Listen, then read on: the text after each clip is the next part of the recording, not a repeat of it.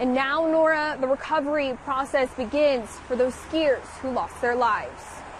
Kristen McPeak, thanks for your reporting. Homes here in Salt Lake City are some of the most expensive. This year is the first day of school that it will be open. So what's it kind of like being back here? It is so nice right now compared to earlier. As earlier it was sideways and like the whole side of my body just had ice. And we'll take a look here at this giant snow pile in a parking lot. I mean, we've been seeing it all morning, and it sounds like the driver who was driving the wrong way, she was taken to the hospital. The victim was the one going northbound the correct way, right? That is correct. Just by holding it up here, you can see how much the wind is blowing. Companies who are putting in advertisements pull out all the tricks to catch the viewer's attention. And they want you to remember their product through things like comedy or an unexpected twist. First flight this morning left here. It went to Atlanta. Thanks for joining us on 2 News This Morning Weekend Edition. We're hearing firsthand from this man seen carrying a rifle around young children at a school bus stop this week. I was actually reporting on this story yesterday. He came up to me last night, and here are some things that he had to say. My intent wasn't to scare anybody. All right, so we are expecting to see a nice weekend out there. I'm looking forward to it. Trent, what do you have planned? Are you carving some pumpkins or something? Happening today, Best Friends Animal Society is bringing back its annual Strut Your Mutt event. And as ballots arrive in the mail this week, there's a candidate that's raising some eyebrows.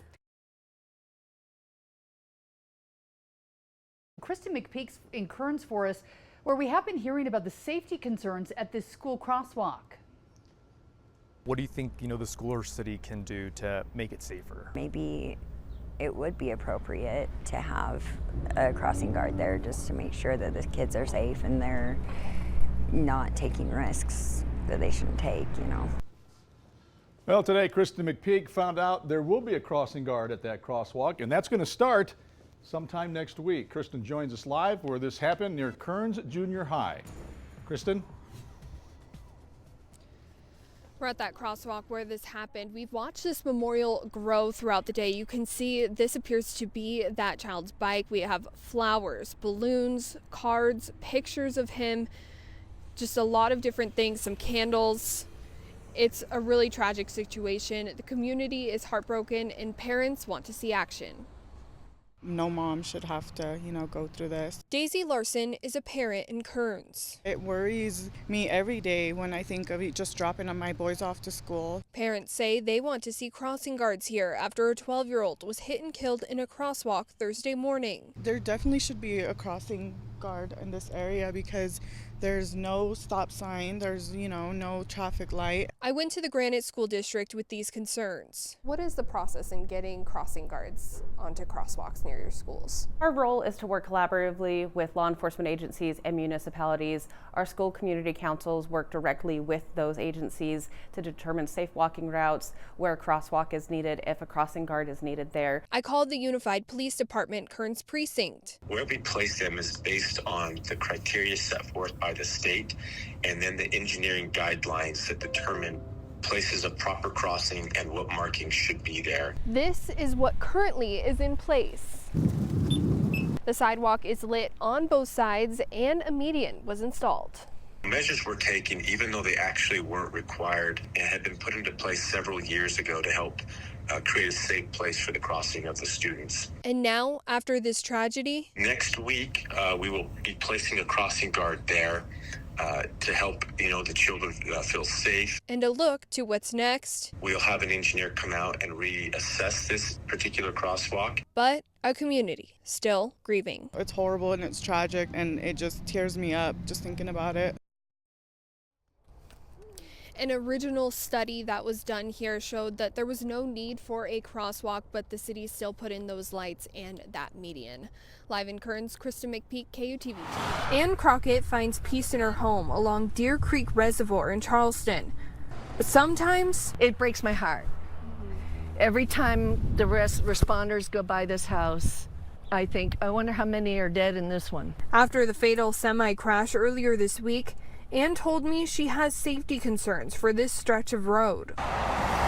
We need some kind of mechanism to slow these people down. I spoke with the Utah Department of Transportation. A spokesperson showed me the plans to improve Highway 189 by widening the roadway and splitting the lanes, adding a traffic light in this busy intersection along 189 and 113, and modify entrances to Island Beach. One resident we spoke with was concerned about the speeds here, and specifically in this intersection. Will this project help reduce speeds? Likely it will, because with the intersection here, people will be restricted to slow down and stop at the intersection. Crockett also feels more can be done. You think more law enforcement needs to be present to I prevent? think there needs to be more law enforcement presence, that they be able to conduct law enforcement in a safe environment for them as well. Sergeant Steve Matthews says they're aware of safety concerns here. How often are you patrolling this area? When we can. I mean, we usually have a trooper down there every day to patrol it.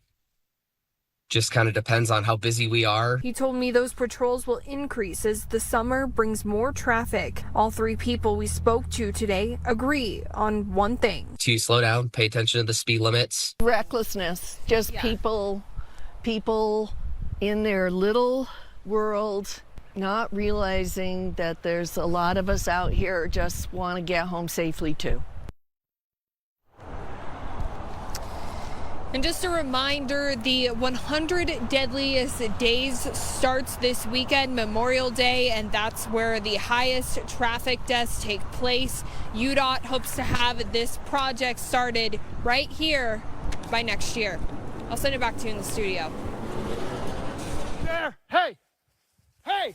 This is cell phone video taken by Greg Rothman Monday evening. I basically ran smack dab into a mother bear on the trail, and I turned around and saw a baby cub 15 to 20 yards behind me, which at that point my stomach just dropped. After several attempts to make space, grunting, some jaw clacking. I didn't get any false charges, but a lot of like dirt throwing, standing on hind legs, but she was blocking my path, so I didn't really have anywhere to go. he took off. I ran for probably 30 seconds down the trail to just try to create more space. I was still being followed by the mother bear. But then, hey, moose. This happened. I came around the corner, ran into a moose.